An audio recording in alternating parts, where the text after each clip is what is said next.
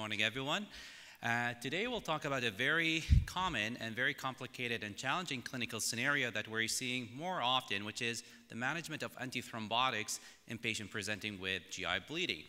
So hopefully by the end of this lecture, we'll try to answer two questions. The first question is what to do to patients who are taking antiplatelets or anticoagulants presenting with an acute GI bleeding. And the second question that we'll try to address is what to do once the episode has been treated endoscopically, the patient is stable now, what to do with the antiplatelets or the anticoagulants, in other words, when it is safe to resume these medications. So we know this problem is increasing because simply the use of antithrombotics is increasing for cardiovascular disease, for venous thromboembolic disease prevention. And unfortunately, we know the most common complication of these medications is bleeding. And the most common major bleeding is gastrointestinal bleeding.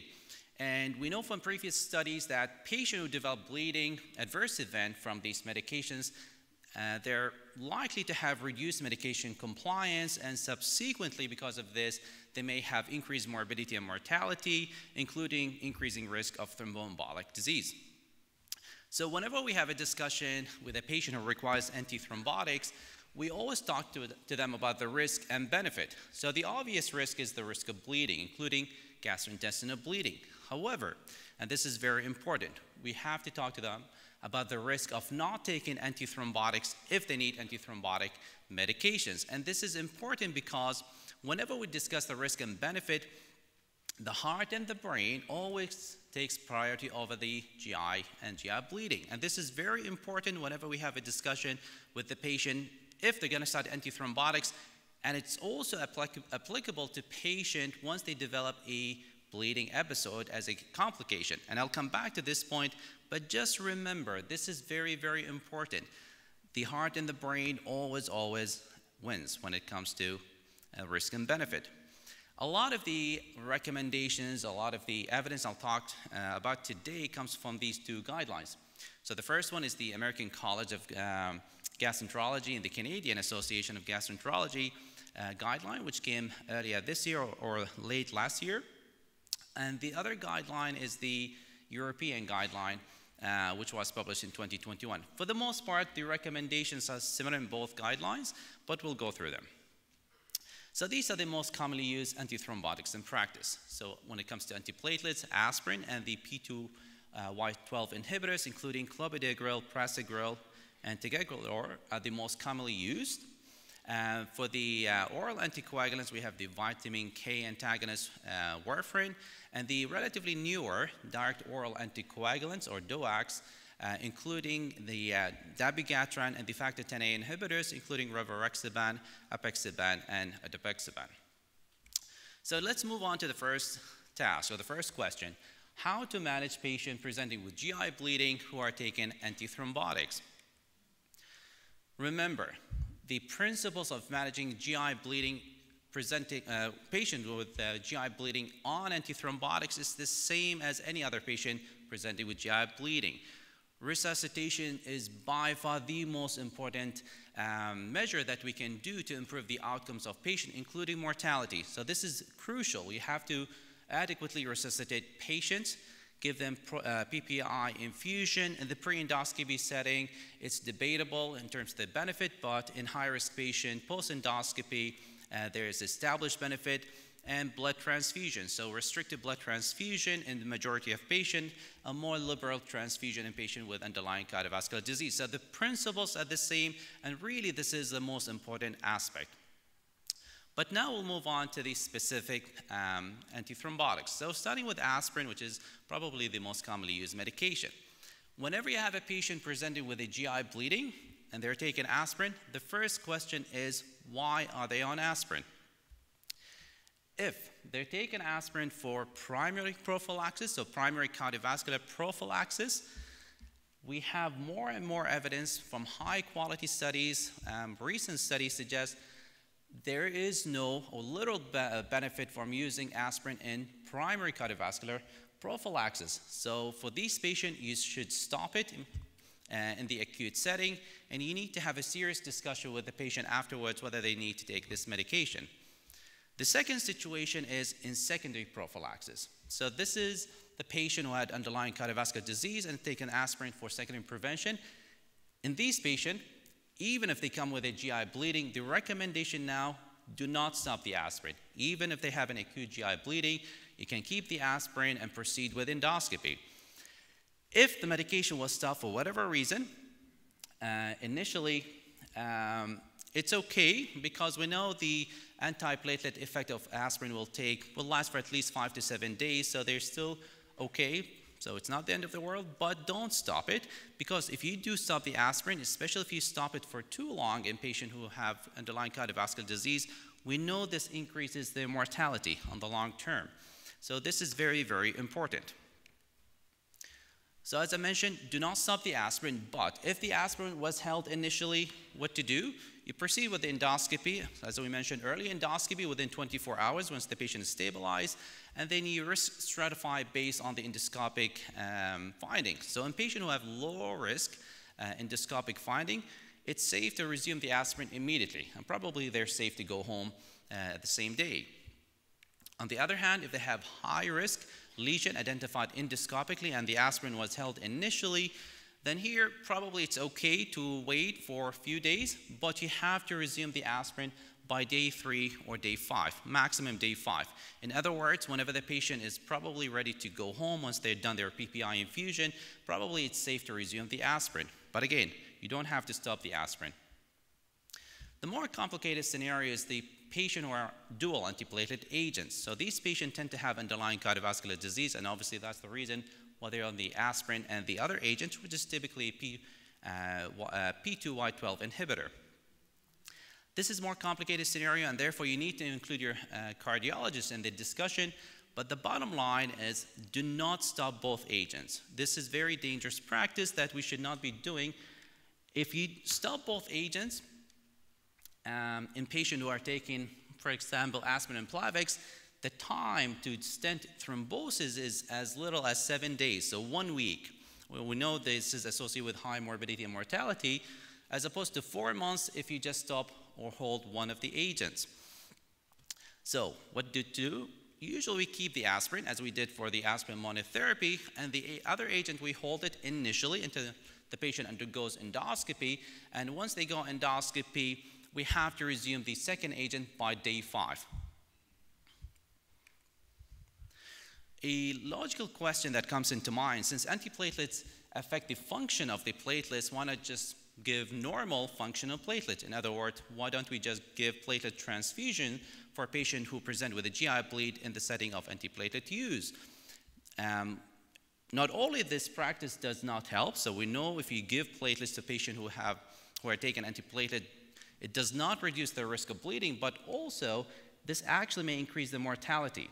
And because of this, all major guidelines do not recommend giving platelet transfusion for patients who are taking antiplatelets and have normal platelet count.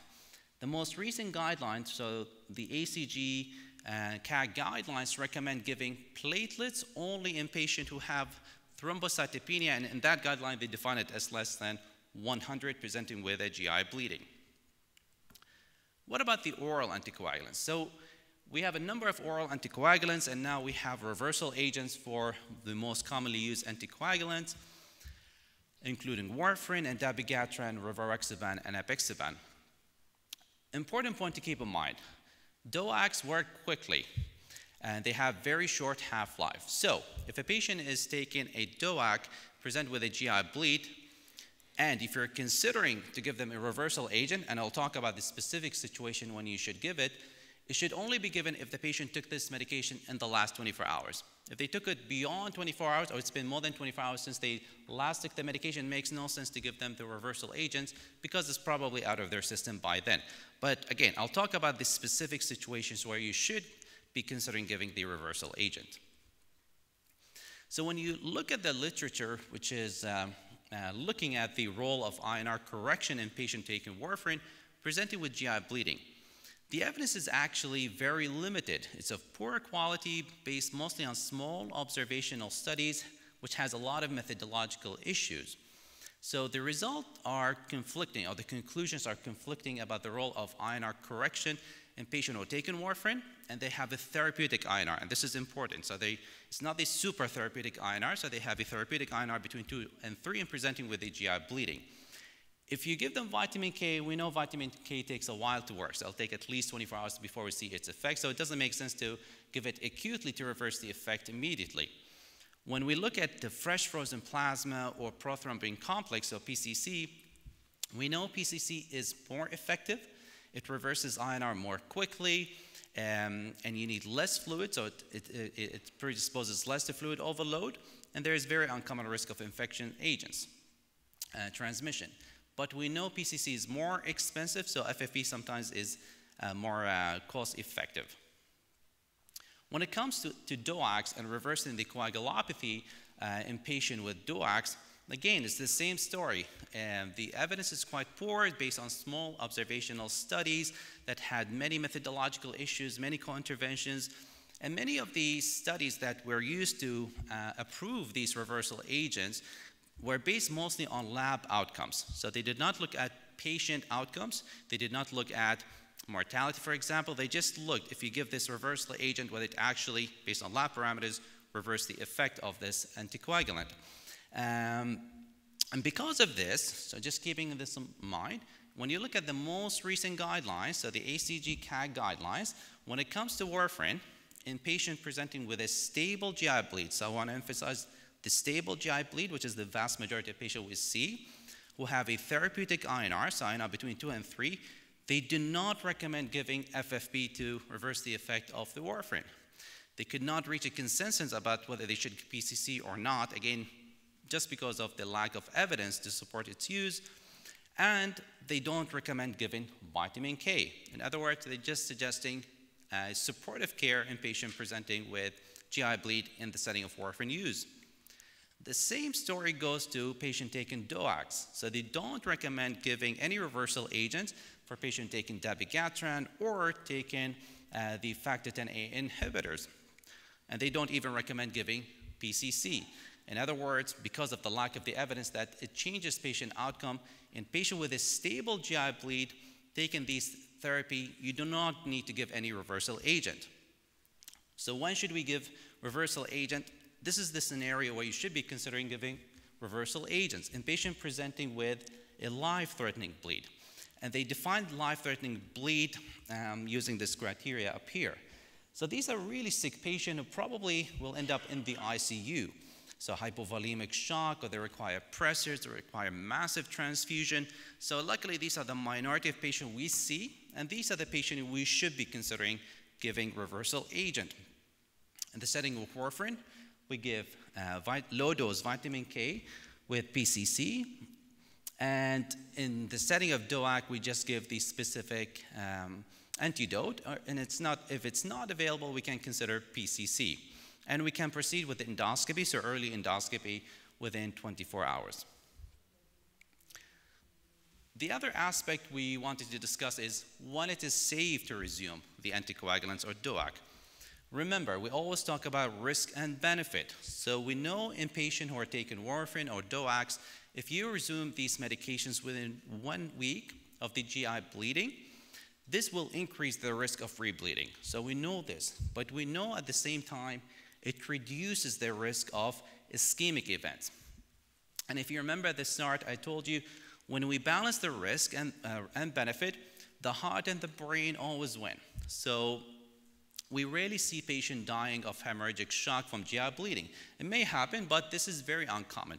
What's more common, patient dying from a massive myocardial infarction or having a major morbidity from a massive stroke because they stop their anticoagulants. And this is the reason why when it comes to resuming warfarin and DOACs after an episode of GI bleeding, the first step is we try to decide their thromboembolic risk based on the CHATS-2 score. If they're low risk, which is defined as the CHATS-2 score of less than 3, we usually recommend resuming warfarin and DOACs within a week. On the other hand, for high-risk patient, it's the same thing. We still resume it within 1 week. We don't wait. It's just the question whether we should be bridging or not. So it's recommended for patients who have a high CHATS-2 score to bridge them until you can resume their DOACs. But the bottom line, you have to resume these agents within a week. You should not be waiting for longer than this. In the older guidelines, they used to recommend maybe waiting for up to 2 weeks before you resume these agents. Now, the newer guidelines say you have to resume them within a week. And remember, for DOACs, they work quite quickly, so you don't need to bridge them, and it's safe to start them quickly as well. So, trying to summarize everything we just talked about the practicality of how to manage antiplatelets and antithrombotics in the setting of GI bleeding. So, when it comes to GI bleeding in patient taking antithrombotics, the first thing you want to decide whether they have a life-threatening bleed or non-life-threatening bleed. And we define life-threatening bleed as hypovolemic shock, massive transfusion, patient requiring pressors. These patients probably, you should be considering reversing their anticoagulant. So the patient taking warfarin, you can consider giving PCC plus or minus low-dose vitamin K. Patient taking DOACs, these should be considering giving them the DOAC-specific antidote. And if it's not available, PCC is a reasonable alternative. On the other hand, patients who have non-life-threatening bleed, which is the vast majority of patients we see, these patients, even if they're taking DOACs, even if they're taking warfarin, and again, it has to be within the therapeutic range, the honor within therapeutic range, not the super therapeutic range, you don't need to reverse their anticoagulant. It's okay just to treat them supportively. Usually for DOACs, it will be out of their system by 24 hours. For the INR, usually it will correct as well within the next few days. But the bottom line, you don't need to give them any reversal agent. And remember, always resume these agents within a week after the GI bleeding episode. Don't wait for too long because this will increase the risk of ischemic event. When it comes to antiplatelet agents, if the patient is on aspirin for secondary cardiovascular prevention, it's okay to continue the aspirin. Don't stop it, even if they had a GI bleeding. But if for whatever reason the aspirin was held, you have to resume it maximum by day 5. You can resume it immediately if the endoscopic features are low risk, but you have to start it or resume it within 5 days. Same thing goes to P2Y12 inhibitors.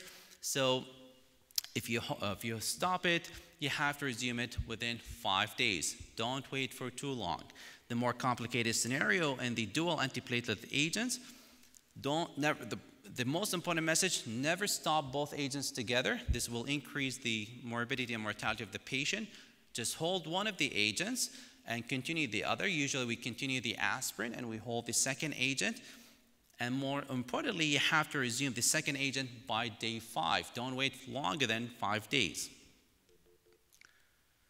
So this is my last slide, and just kind of summarize what I just talked about. So when it comes to anticoagulant use in patient presenting with GI bleeding, you really don't have to do much. Really, you just have to give supportive care for the patient and only consider reversing the effect or giving reversal agent if the patient has a life-threatening bleed. And the vast majority of patients who have non-life-threatening bleed, just supportive care. You don't have to do much. And most importantly, once the episode is done, you have to resume that agent within a week. So don't wait for too long. When it comes to antiplatelet agent, as I mentioned, there's no role for platelet transfusion. For aspirin, it's almost always safe to continue the aspirin. If they're on monotherapy aspirin or if they're on dual antiplatelet agents, it's okay to continue with the aspirin and just hold the other agent. But most importantly, you have to resume it within 5 days and don't wait for too long. With this, we'll just conclude my presentation. Well, thank you very much for your attention.